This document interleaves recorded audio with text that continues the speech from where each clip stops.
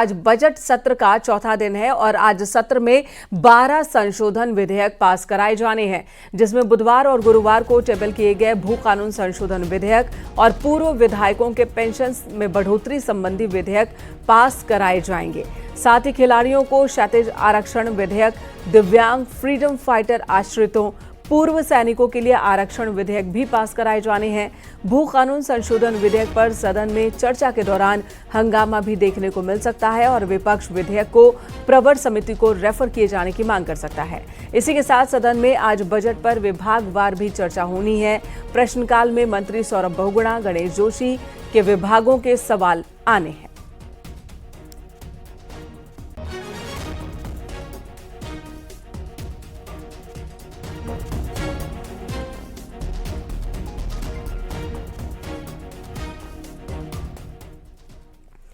गुरुवार को भू कानून संशोधन विधेयक विधानसभा के पटल पर रखा गया। मुख्यमंत्री धामी ने कहा कि हम जनता को लेकर प्रतिबद्ध हैं और जनता के हितों को कभी भी टूटने नहीं देंगे।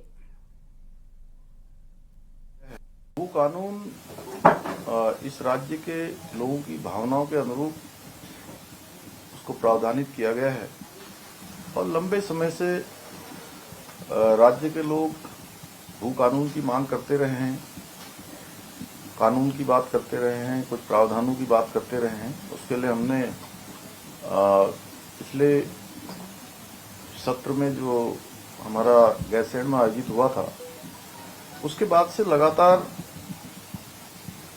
जो हमारे हितधारक हैं, हमारे स्टेक होल्डर्स हैं, उन सभी के विचार लिए हैं। राज्यवासियों की सबके विचार जानने का हर तरह से प्रयास हुआ है। उनके सुझावों को भी लिया गया है। अनेक लोग जो हमारे राज्य के अंदर अनेक क्षेत्रों में काम जिन्होंने किया है, अनेक अनुभव प्राप्त किए हैं, विशिष्टताएं प्राप्त की हैं, उन सभी के साथ हमने भराड़ीसैंण में, गैरसैंण में भी हमने एक बैठक आयोजित की थी। राज्य के हमारे सभी जिलाधिकारियों ने अपने अपने जिलों में लोगों से सुझाव लिए थे और उनके जो सुझाव आए थे, उन सुझावों के अनुरूप ये बनाया गया है और एक सशक्त भू कानून होगा, जिससे कि राज्य की जो जमीनों के लगातार राज्य स्थापना के बाद लोगों को शंका, लोगों के मन में जो भी चीजें आई हैं, आने वाले समय में उनका समाधान भी होगा और एक सशक्त भू कानून भी राज्य के अंदर आएगा। और इस वक्त देहरादून से सुनील नवप्रभात हमारे साथ जुड़ गए हैं। सुनील, आज की कार्यवाही को लेकर बताएं। बहुत सारे संशोधन विधेयक हैं जो टेबल किए जाने हैं। पास कराना एक बड़ी चुनौती होगी सरकार के लिए। देखिए, मैंने कहा जो बुधवार और गुरुवार को जो सरकार ने करीब 12 जो संशोधन विधेयक थे वो टेबल किए थे।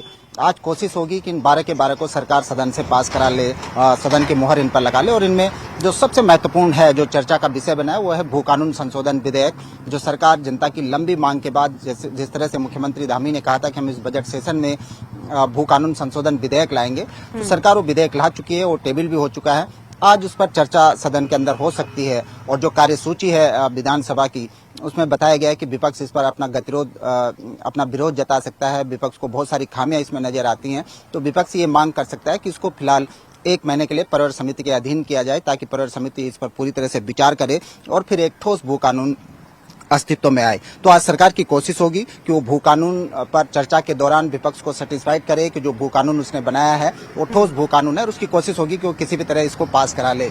इसके साथ साथ जो फ्रीडम फाइटर हैं, उनके आश्रितों को, पूर्व सैनिकों को सरकार आरक्षण देना चाहती है सरकारी नौकरियों में, वो भी एक विधेयक, संशोधन विधेयक आज सरकार की कोशिश होगी कि उसको पास कराया जाएगा। राज्य में जो उदयमान खिलाड़ी हैं, उनको सरकारी नौकरी में क्षैतिज आरक्षण देने संबंधी एक विधेयक है, उसको भी सरकार आज टेबल कोशिश होगी कि उसको पास कराया जाए। क्रीड़ा विश्वविद्यालय का एक विधेयक है, हायर एजुकेशन से संबंधित विधेयक है। तो कुल मिलाकर 12 विधेयकों पर आज सरकार की कोशिश होगी कि उनको सदन से बहुमत के साथ पास करा लिया जाए।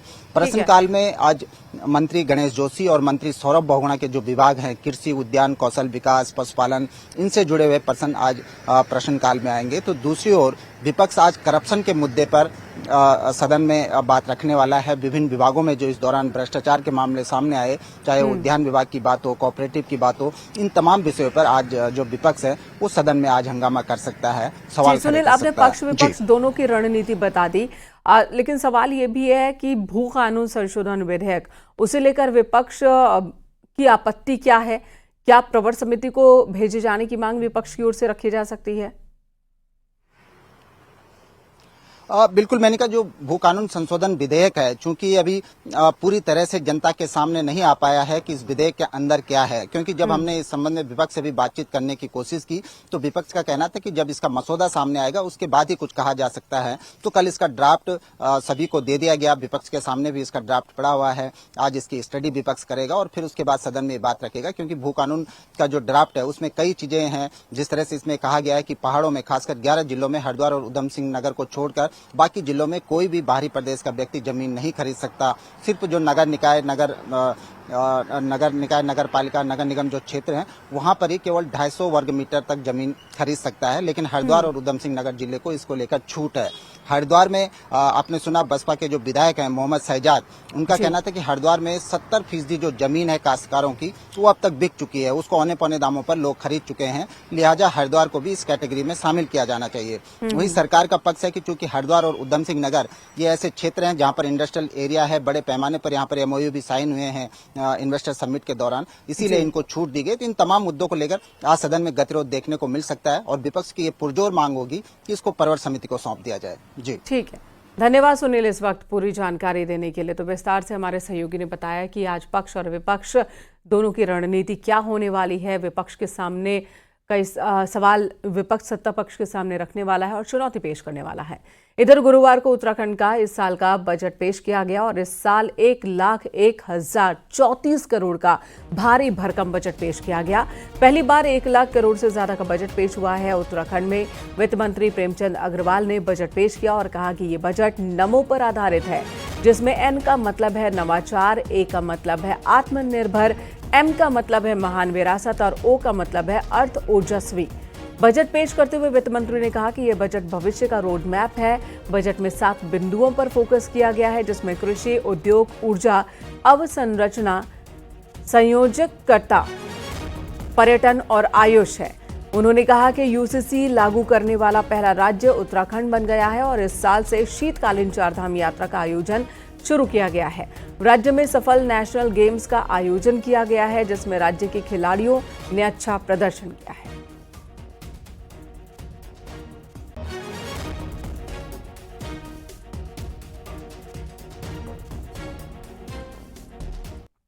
तो पलायन को रोकने के लिए ही 10 करोड़ के बजट का प्रावधान किया गया है। अलग अलग मद में ये खर्च किए जाएंगे ताकि जो पहाड़ के युवा हैं वो बाहर न जाएं। मुख्यमंत्री पुष्कर सिंह धामी ने उत्तराखंड के इस साल के बजट को ऐतिहासिक बताया। सीएम धामी ने कहा कि ये बजट हमारी प्राथमिकता और हमारे संकल्प को दिखाता है।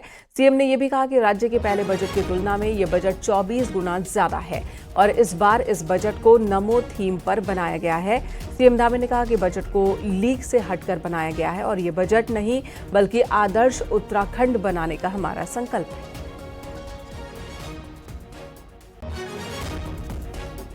विकल्प रहित संकल्प है।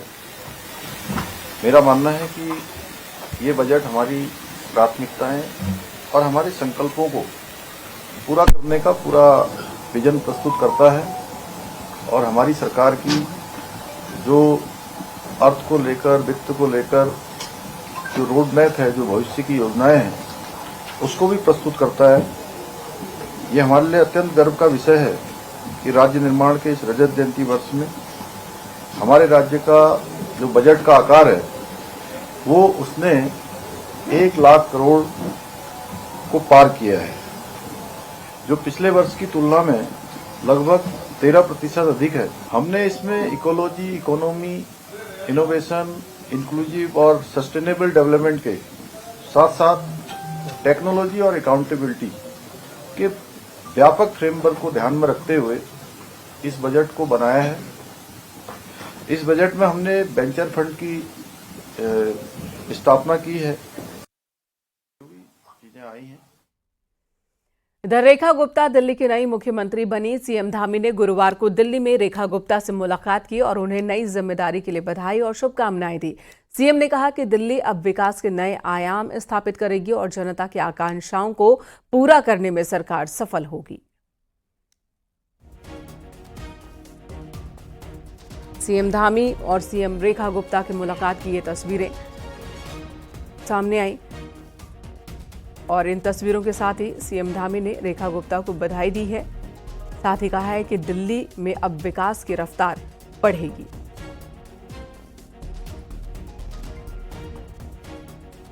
डबल इंजन सरकार का फायदा दिल्ली की जनता को भी मिलेगा, ये बात सीएम धामी की ओर से कही गई।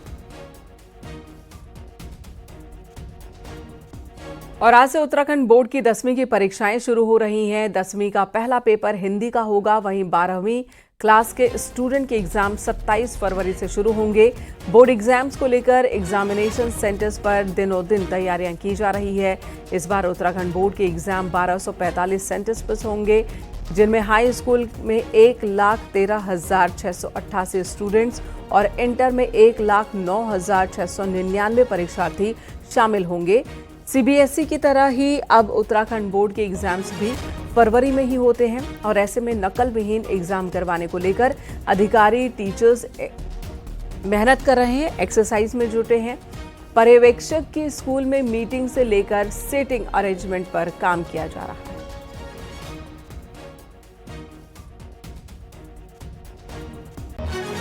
भारती सकलानी हमारी सहयोगी इस वक्त फोन लाइन पर हमारे साथ मौजूद है। भारती, आप एग्जाम्स की तैयारी हो चुकी है, बोर्ड एग्जाम्स की, बच्चों ने भी तैयारी की है और परीक्षा करवाने वाले बोर्ड ने भी तैयारी की है। आप बताएं कि क्या है फोकस इस बार? नकल विहीन परीक्षा की बात होती तो हर बार है, इस बार कितने कामयाब होंगे, क्या रणनीति अपनाई जा रही है? देखिए, एक तो 2-3 चीजें हैं जो मैं बता दूं यहाँ पर। एक तो मौसम जो है वो खराब है और इस खराब मौसम के चलते पहाड़ों में स्टूडेंट्स को किसी भी तरह की दिक्कतें न आए, इसके लिए कोऑर्डिनेशन बनाने को कहा गया है स्वास्थ्य विभाग के साथ भी। और जो एग्जाम सेंटर्स हैं, जहां पर भी स्टूडेंट्स एग्जाम देने के लिए जाएंगे, वहां रूम हीटर्स की व्यवस्था की जाए। सबसे बड़ा अपडेट तो एक ये है जो खराब मौसम के चलते यहाँ पर लिया गया है बोर्ड की तरफ से। दूसरा, आपने बात की कि नकल विहीन परीक्षा कैसे करवाई जाए, इसको लेकर क्या तैयारी है। तो संवेदनशील और अति संवेदनशील सेंटर्स तो बनाए ही गए हैं। इस बार शिक्षा विभाग की तरफ से बोर्ड ने यहाँ पर मिलकर और 1245 सेंटर्स हैं जहाँ पर ये एग्जाम करवाए जा रहे हैं। हाई स्कूल की अगर मैं बात करूँ तो 1,13,688 स्टूडेंट्स हैं जो शामिल हो रहे हैं एग्जाम देने के लिए और इंटर में 1,09,699 स्टूडेंट्स हैं जो एग्जाम देंगे। इनकी परीक्षाएं 27 तारीख से शुरू होने जा रही हैं 12th क्लास की। आज 10th क्लास के पेपर हैं, हिंदी का पहला पेपर सुबह 10 बजे। जी, धन्यवाद भारती इस वक्त जानकारी देने के लिए। तो हिंदी का पहला पेपर सुबह 10 बजे से शुरू होना है। सभी स्टूडेंट्स को, सभी छात्रों को जो एग्जाम देने वाले हैं, उन सभी को न्यूज़ 18 भी शुभकामनाएं देता है, ऑल द बेस्ट कहता है कि आपकी तैयारी हुई, अब शांत मन से एग्जाम सेंटर जाएं, परीक्षा दें।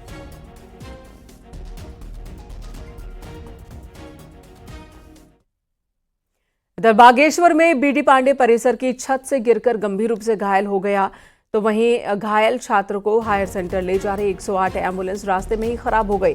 टाकुला मार्ग पर पौड़ीधार के पास एम्बुलेंस काफी देर तक खड़ी रही, जिससे छात्र को इलाज में देरी हो गई। छात्र हिमांशु खेल मैदान में क्रिकेट मैच देखते समय छत से गिर गया था। जिला अस्पताल में प्राथमिक इलाज के बाद सिर में गंभीर चोट के चलते उसे हायर सेंटर रेफर किया गया। एम्बुलेंस खराब होने की वजह से घायल के साथ ही छात्र ने स्वास्थ्य विभाग को सूचना दी थी, लेकिन काफी देर तक कोई पहुंचा नहीं, जिसकी वजह से लोगों ने नाराजगी भी जताई। के साथी लेके आए थे इसे, बताया गया कि ये छत से गिरा है नीचे और उसके बाद दौरे झटके आ रहे थे, सीरियस कंडीशन बनी हुई है इसकी भी, अभी झटके ही आ रहे हैं। सिटी के लिए भेज रखा है, फिर सिटी रिपोर्ट सर्जन साहब को दिखाते हैं, फिर आगे क्या पता से आगे भी रेफर करना पड़े। अभी नाजुक स्थिति है इसकी। कैंपस में दुर्घटना हो गई थी, अपने साथी को लेकर हल्द्वानी जा रहा था, परंतु जब मैं जा रहा था तो 2 घंटे बाद तो पहले तो एम्बुलेंस आती है और एम्बुलेंस 5-6 किलोमीटर बागेश्वर चलने के बाद खराब हो जाती है। ये हमारे बागेश्वर हॉस्पिटल की एम्बुलेंस की दुर्दशा है। हल्द्वानी के इंटरनेशनल स्टेडियम में राष्ट्रीय खेल निपट चुके हैं, लेकिन कांग्रेस और बीजेपी इस स्टेडियम को लेकर एक राजनीतिक विवाद में उलझे हुए हैं। अब तो उत्तराखंड की विधानसभा में भी विवाद पहुंच चुका है। आखिर कैसे खड़ा हुआ ये विवाद और विवाद की वजह क्या है, दिखाते हैं आपको इस रिपोर्ट में।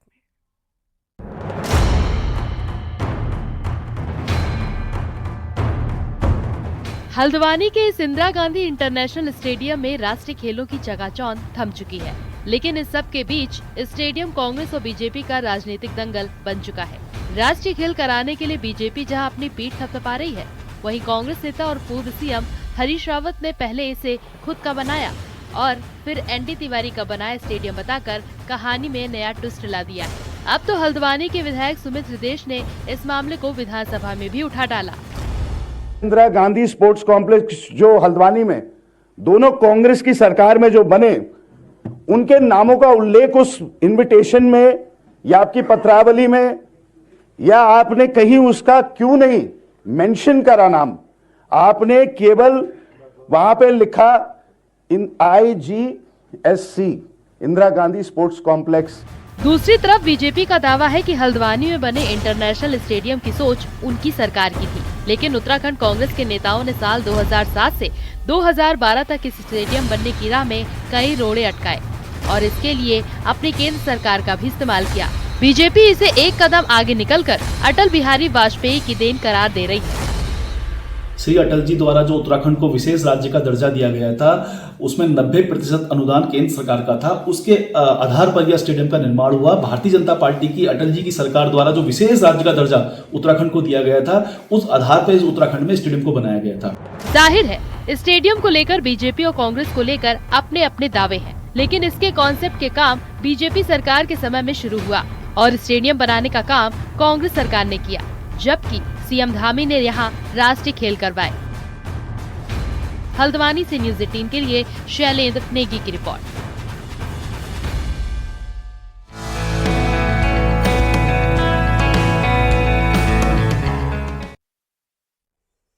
उत्तराखंड में एक बार फिर मौसम ने करवट ली है और गढ़वाल के ऊंचाई वाले इलाकों में खूब बर्फबारी हुई है। केदारनाथ धाम में जमकर स्नोफॉल हुआ तो पूरी केदार घाटी बर्फ की सफेद चादर से एक बार फिर ढक गई। पहाड़ पर अचानक मौसम बदला और बर्फबारी की शुरुआत हो गई। केदारनाथ धाम अभी बंद है, लेकिन धाम में सुरक्षाकर्मी तैनात हैं। वहीं इस वक्त धाम में पुनर्निर्माण के काम भी चल रहे हैं, जो बर्फबारी की वजह से प्रभावित हुए हैं। और ले लेना और दाएं बाएं का भी ले लेना।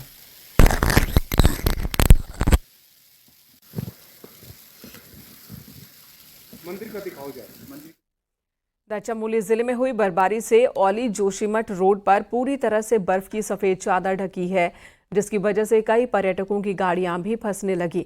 हालांकि बाद में गाड़ियों को किसी तरह निकाला गया, लेकिन पर्यटकों को थोड़ी परेशानियों का सामना करना पड़ा।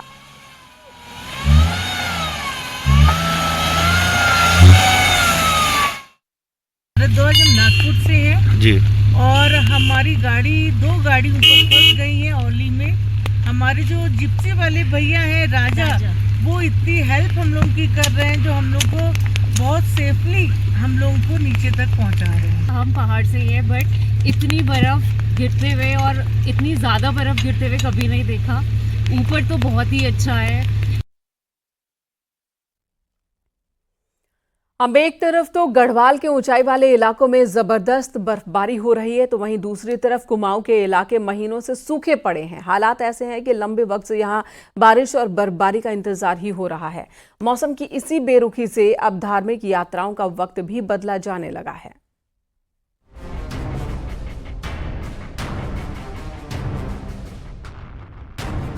गढ़वाल में इन दिनों झमाझम बर्फबारी हो रही है, लेकिन दूसरी तरफ कुमाऊं की बात करें तो यहाँ बीते 4 सालों में पहाड़ में लगातार सर्दियाँ सूखी गुजर रही हैं। जिन महीनों में यहाँ बारिश और बर्फबारी से पारा गिरा रहता था, उन्हीं महीनों में अब गर्मी सताने लगी है। हालात ये है कि बीते 3 सालों में जनवरी का महीना लगातार गर्म होता गया है। वेस्टर्न डिस्टर्बेंस के बाद भी पहाड़ों में बारिश और बर्फबारी नहीं के बराबर है। बदलते मौसम का असर कुमाऊं के हिस्सों में ज्यादा नजर आ रहा है। नतीजा ये है कि जो ग्लेशियर बर्फ से लगदग रहते थे, उनमें मात्र नाम की ही सफेदी नजर आ रही है। मौसम की ये बेरुखी पानी के संकट की बड़ी वजह बन रही है। ड्राई विंटर रहेगी, सूखी विंटर, तो इसके बाद हमारे पानी के स्रोत रिचार्ज कब होंगे। दूसरा इसका असर जाके पड़ेगा स्नो और ग्लेशियर्स पे, जो कि इस पीरियड में बर्फबारी से इनको फीड मिलता था, जिसकी वजह से ग्लेशियर की हेल्थ इंप्रूव होती थी। वो तो हो नहीं पा रही है। ग्लेशियरों पर बर्फ कम होने से जहां इनके गलने की रफ्तार तेज हो रही है, वहीं पारा भी साल दर साल चढ़ रहा है। बदलते मौसम का असर खेती और बागवानी पर भी सीधा पड़ रहा है। बदलते मौसम को देखते हुए हिमालय में होने वाली धार्मिक यात्राओं का टाइम टेबल भी बदल रहा है। पिथौरागढ़ में होने वाली आदि कैलाश यात्रा को प्रशासन इस बार मई जून के बजाय अप्रैल में ही शुरू करने का प्लान बना रहा है। इस बार जो है बर्फबारी कम हुई है, तो ऐसा उम्मीद है कि हमें पिछली बार जैसे मई में हमने स्टार्ट किया था, मई 10 तारीख के आसपास, उससे कुछ समय पहले, लगभग 10-15 दिन पहले, अप्रैल लास्ट तक हम लोग इसको प्रारंभ कर सकते हैं। ये डिपेंड करेगा कि मौसम की स्थिति क्या है। मौसम का ये बदला मिजाज पहाड़ के लिए तो कई मुश्किलें खड़ी कर ही रहा है, साथ ही इसका असर पूरे नॉर्थ इंडिया पर भी पड़ना तय है, क्योंकि अब सर्दी के बाद सीधे गर्मियां ही आने लगी हैं और बीच में आने वाला बसंत का मौसम दूर दूर तक नजर नहीं आ रहा, जो कि बेहद चिंताजनक है। न्यूज़ 18 के लिए पिथौरागढ़ से विजयवर्धन उप्रेती की रिपोर्ट। नैनीताल में न्यूज़ 18 की खबर का असर हुआ। लगातार पार्किंग की समस्याओं को न्यूज़ 18 उठाता रहा, जिसके बाद शासन ने अशोक मल्टी स्टोरी पार्किंग के लिए 5 करोड़ 22 लाख रुपए मंजूर किए हैं। शासन से मंजूरी के बाद जिला प्रशासन ने भी पार्किंग निर्माण के लिए टेंडर प्रक्रिया शुरू कर दी। अशोक सिनेमा में मल्टी स्टोरी पार्किंग मिलने के बाद नैनीताल में जाम को कम करने के साथ ही पर्यटक वाहनों को पार्किंग की समस्या भी कुछ हद तक राहत मिलेगी। साथ ही मेट्रोपोल में भी पार्किंग के लिए जल्द ही अनुमति मिलने की उम्मीद है। पार्किंग का बजट हमको सैंक्शन होकर मिल गया है, उसके टेंडर की प्रोसेस पूरी शुरू कर दी गई है। तो उसमें multi storey stack parking light structure बनाया जाना है, ताकि उसकी पार्किंग की जो क्षमता है वर्तमान में वो डबल से ज़्यादा करी जा सके। तो उसका काम हमारा टेंडर जैसे ही फाइनल होता है शुरू हो जाएगा। इधर दून यूनिवर्सिटी में इंस्टीट्यूशनल लीडरशिप पर 2 दिवसीय कार्यक्रम आयोजित किए जा रहे हैं। 1 और 2 मार्च को होने वाले इस प्रोग्राम में IIT, IIM, NIT और कई बड़े सेंट्रल यूनिवर्सिटीज के प्रमुख, कुलपति और निदेशक शामिल होंगे। कार्यक्रम का उद्घाटन CM पुष्कर सिंह धामी तो समापन राज्यपाल गुरमीत सिंह करेंगे। इसे लेकर तैयारियां पूरी कर ली गई हैं। और इसमें विश्वविद्यालय राष्ट्रीय स्तर का समागम है। इसमें विश्वविद्यालय अनुदान आयोग के चेयरमैन से लेकर जितने रेगुलेटरी बॉडीज हैं, AICT है, NAC है और आइजर हैं, IITs, IIM, central universities, state universities और उत्तराखंड के कॉलेज प्रिंसिपल्स, ये सारे लोग इस समागम में हिस्सा लेंगे। राज्य का साइंस, टेक्नोलॉजी, इनोवेशन के बिना आगे बढ़ना और आगे की नीति निर्धारण बहुत मुश्किल है। उसी के लिए ये पूरा का पूरा विद्वानों का समागम यहाँ पर हो रहा है।